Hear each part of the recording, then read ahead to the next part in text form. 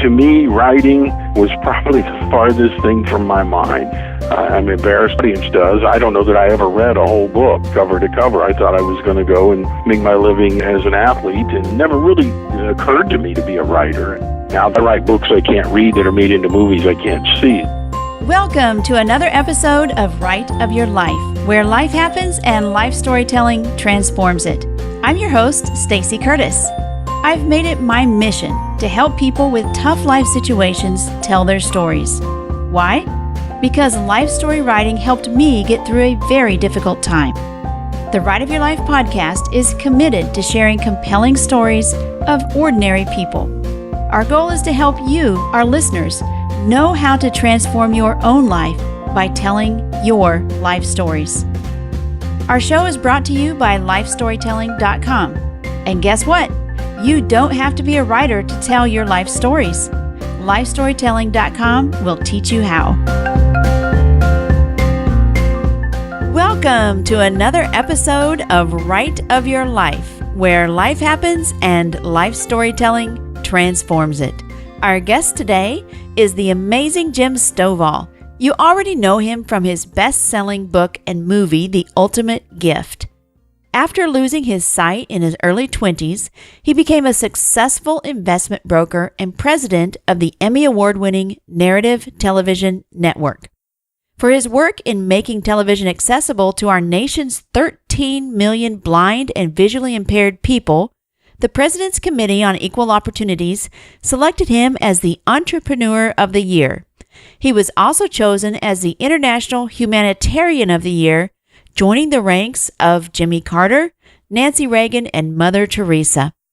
Today, you'll hear some unusual writing methods and great tips from the very successful Jim Stovall.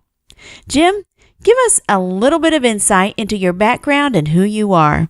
You know, I grew up here in my hometown of Tulsa, Oklahoma, where I still make my home today. As a young man, I had no greater ambition than to be an All-American football player and go into the NFL and play for the beloved Dallas Cowboys. And the scouts and coaches and people who monitor that sort of thing assured me that I had the size and speed and talent to do that. It was just a matter of time until I showed up in the NFL, and that's how I thought I would make my living.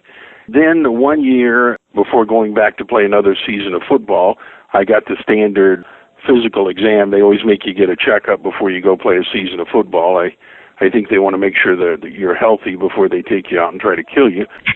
During this routine exam, one particular year, I was diagnosed with a condition that would cause me to lose my sight. Wow, you talk about all your plans go into reverse. I didn't know what I was going to do. I instantly realized there's no blind guys in the NFL. I think there's a few referees we're a little concerned about. There's no blind guys making a living in the NFL as a ball player, and I realized I'm going to have to do something else.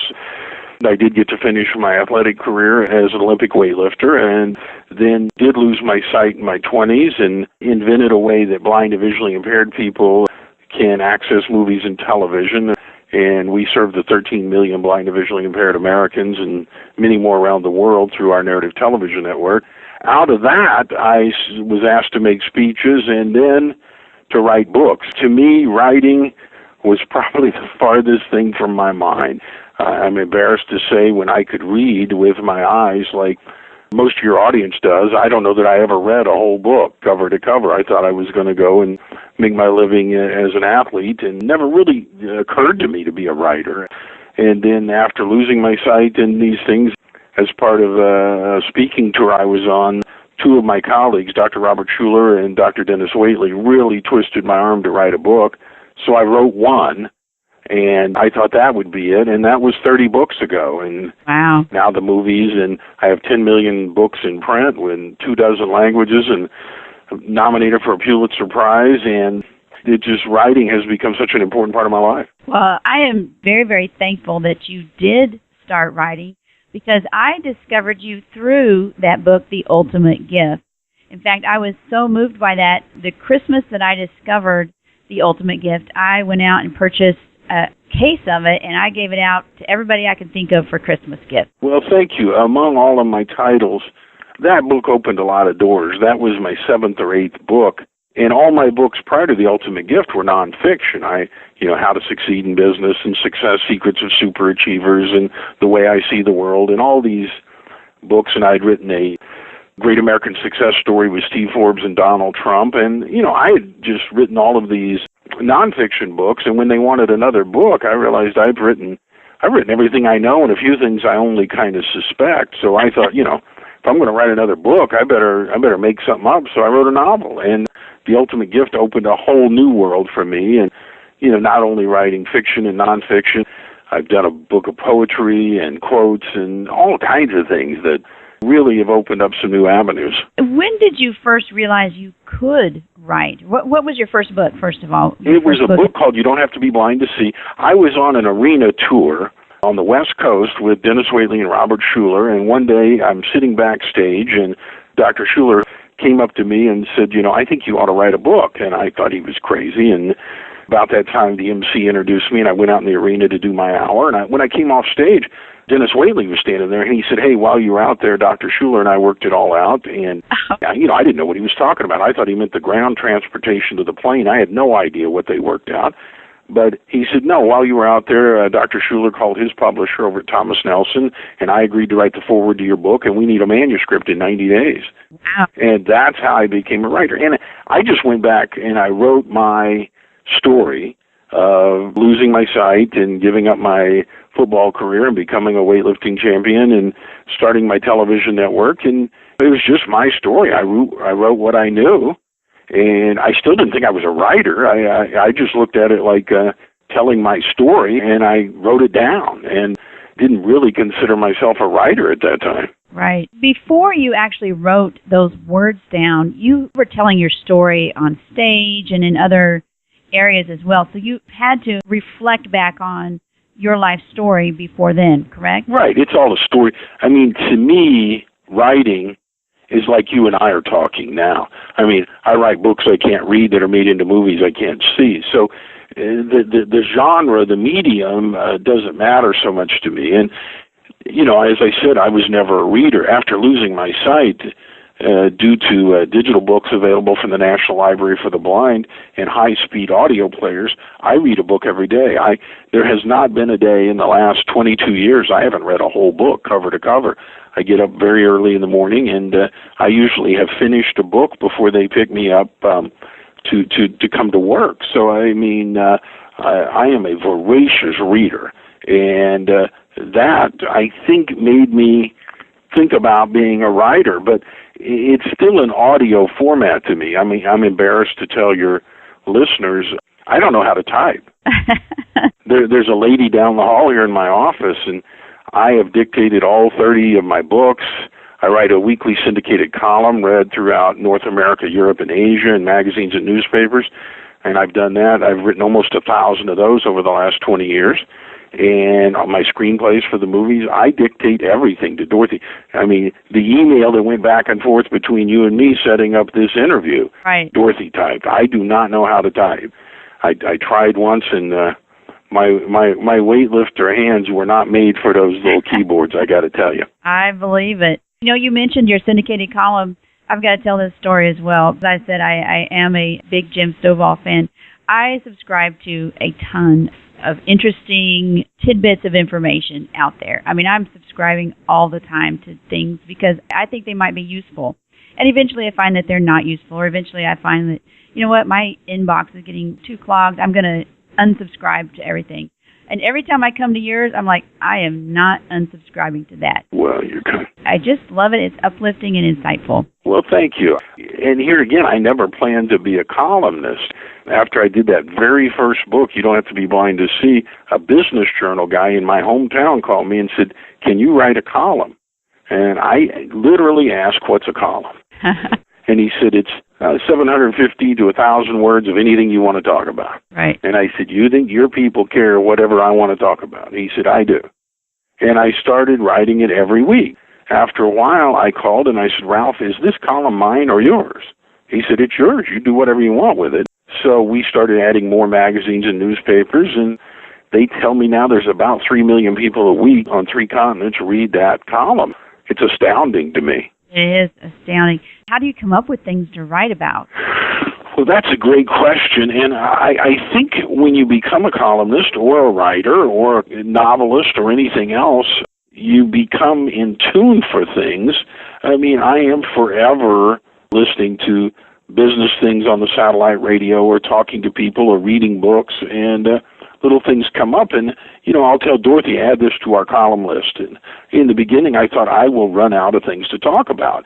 I've written over 1,000, and our list of things that I need to write about is growing faster than I'm writing columns.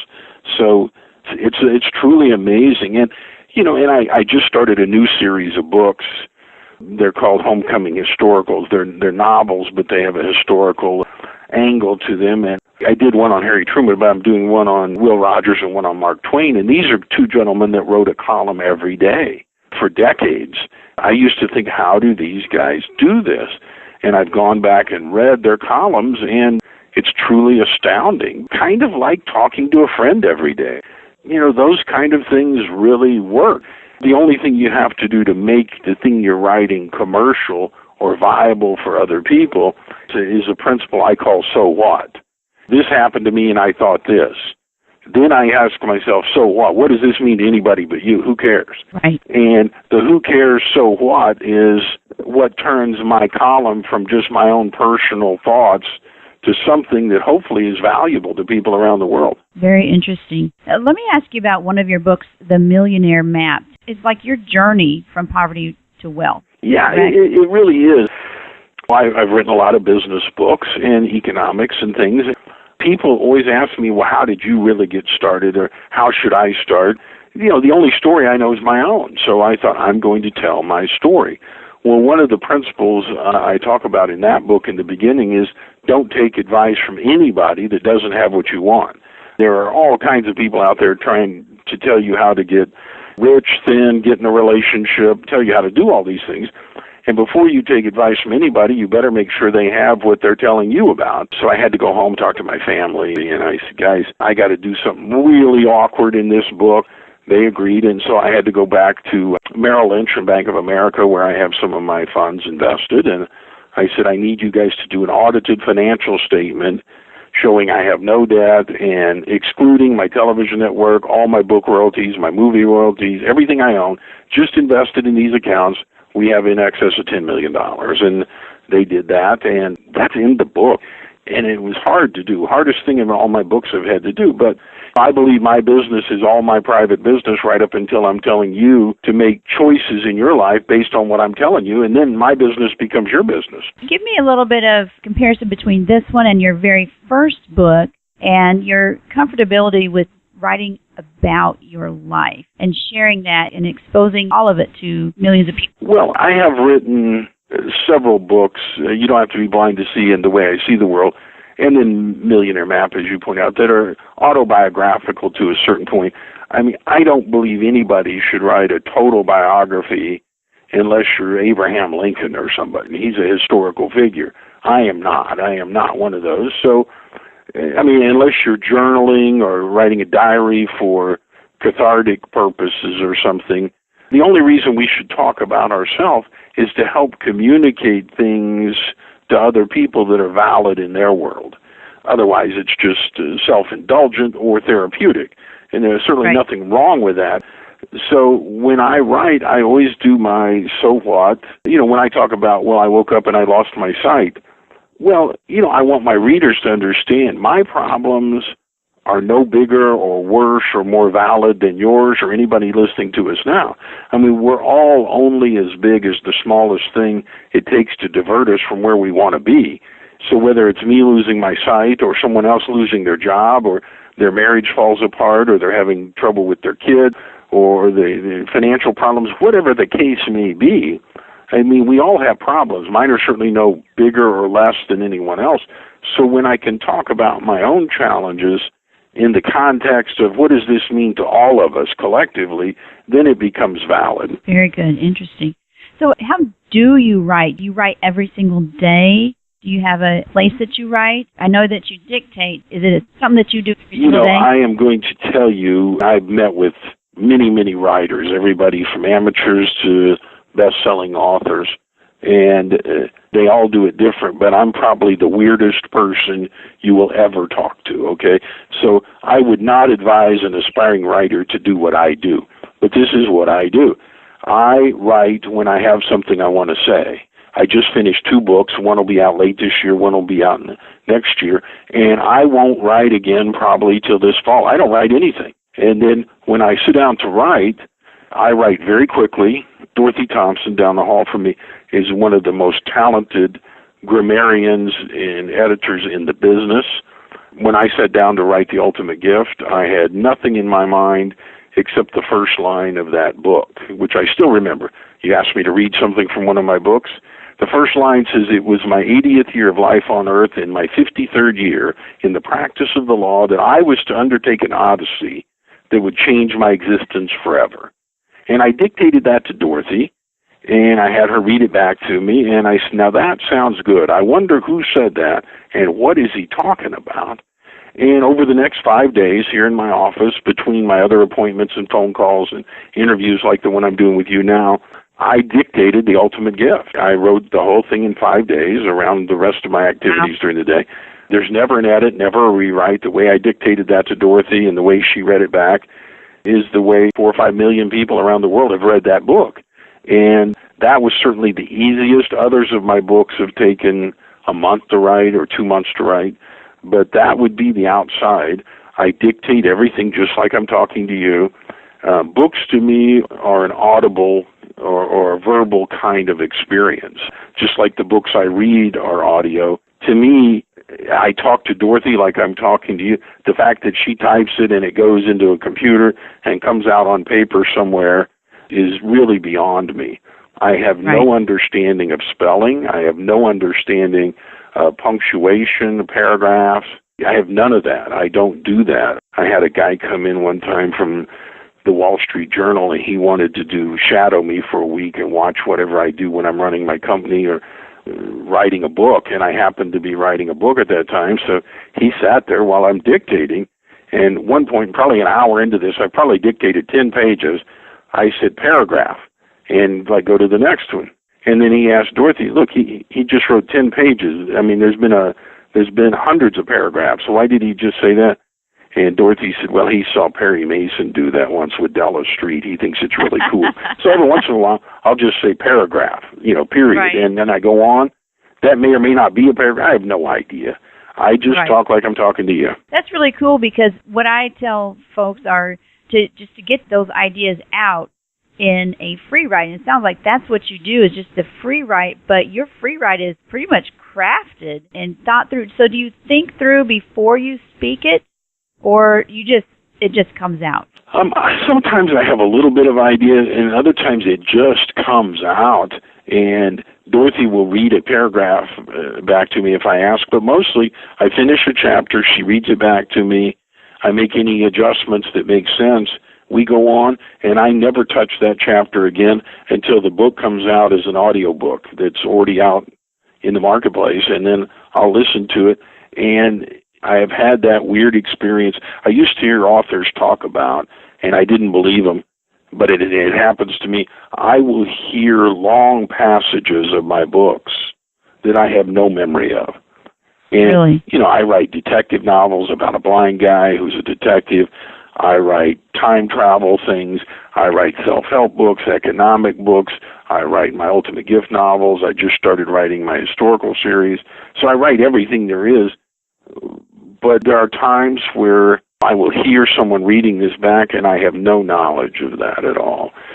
I was caught up just like a reader. I had no idea where we're going here. And what that process is, I cannot tell you. It's somewhere between left brain and divine. I have no idea. Well, story is universal, really, and a good story, whether you're speaking it or listening to it, it can transform your life. You mentioned your latest title. You said you're writing 2 books. You have one that's called One Season of Hope. Tell me about that. Is that one that's already out or not yet? Yeah, One Season of Hope is out right now. If any of your listeners want to look at a free sample chapter, either print or audio of that, you can go to Jim Stovall Books, Stovall, Jim Stovall Books, and you can download a chapter and read it. The book is out now. It moved up really well in its first week on all the charts. It's already been optioned for a movie, which is the fastest I've ever had that happen. It's a story about a young man named Bradley Hope, and he's in his senior year of high school. And he is stricken with a pretty devastating disease, and he wants to play his last season of football and finish high school.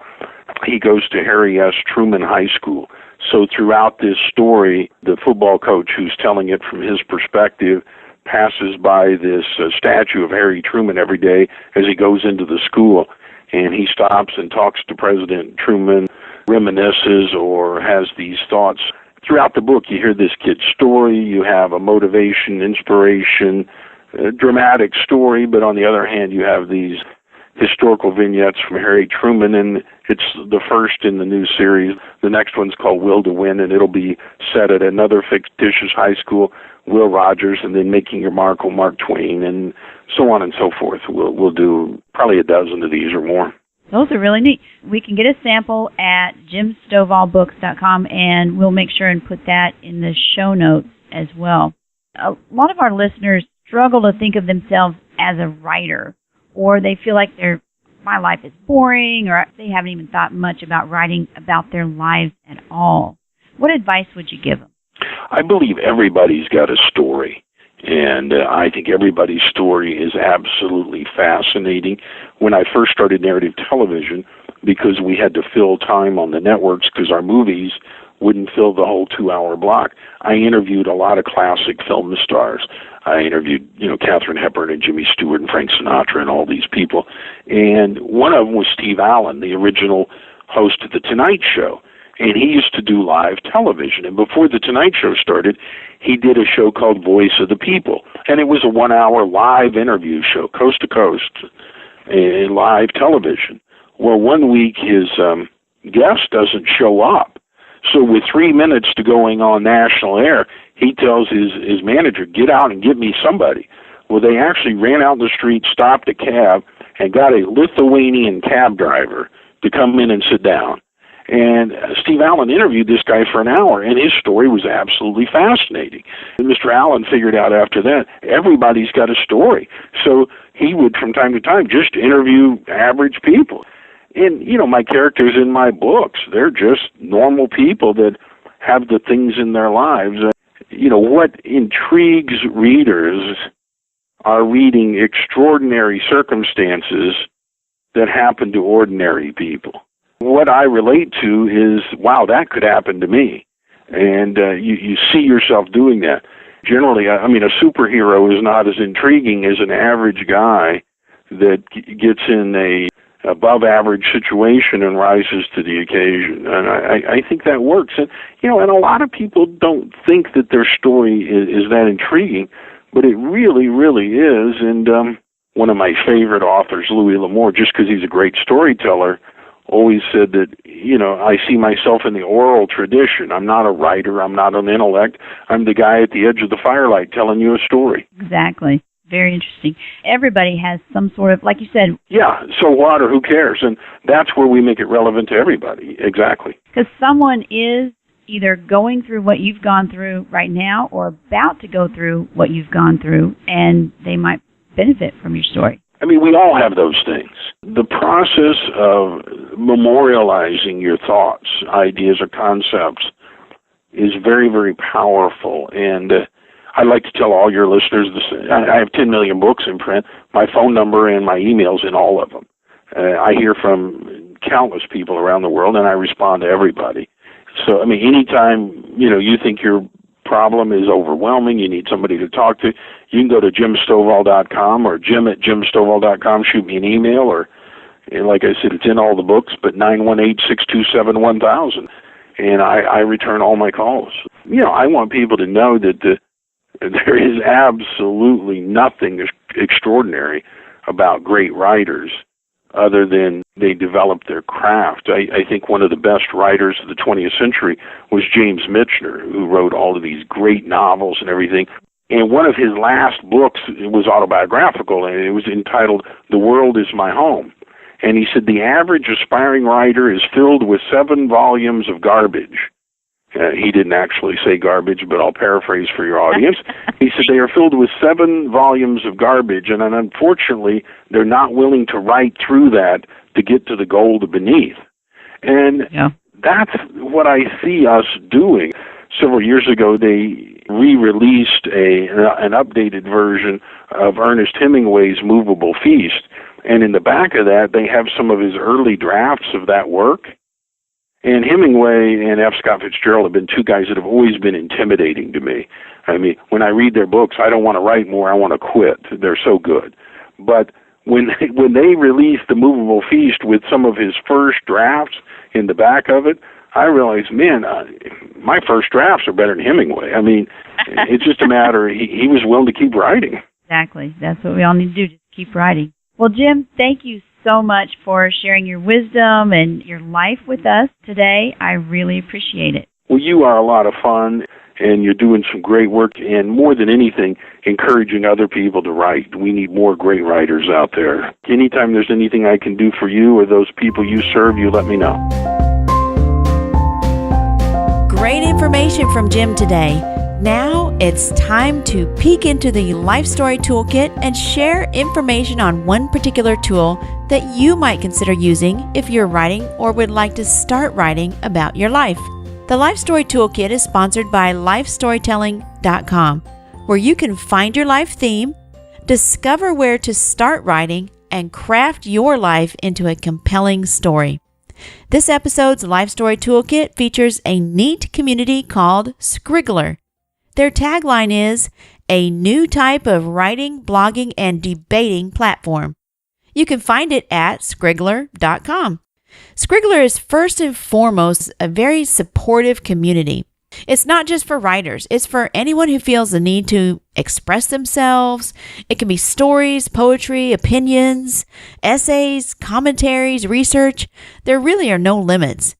Contributors range from absolute novices making their first steps in fiction or poetry writing to established authors with multiple books under their belt. You can also think of Scriggler as a blogging platform with a strong social networking aspect. This is what sets them apart from everyone else. They've created the whole range of tools and algorithms to make sure that their readers are able to find material particularly relevant to them. I've tested it out and it's pretty cool. There are different virtual clubs that you can be in depending on what you enjoy reading or writing. And that brings me to another point. This is a great website for people who just want to read new writing on any subject under the sun. There's plenty of advice to be found on all aspects of publishing, promotion, and improving your writing. Information and links to scriggler.com will be in today's show notes. Well, that's all we have for today. I'd like to thank Jim Stovall for sharing his love for writing with us. Show notes, a free download, and all the links mentioned today are at writeofyourlife.com/Jim Stovall. If you like this podcast, please share it with someone who has an interesting story to tell or who enjoys listening to interesting stories. We'd love your comments, so head over to writeofyourlife.com and tell us what you think. To be notified of future episodes, subscribe to this podcast on iTunes, Stitcher, or your app of choice. Of course, we're also on Pinterest, Facebook, and just about anywhere you can hold a great conversation. My handle is Write of Your Life. This show is put together by consulting producer Nick Jaworski at podcastmonster.com and myself, Stacey Curtis. We hope that today you have the right of your life.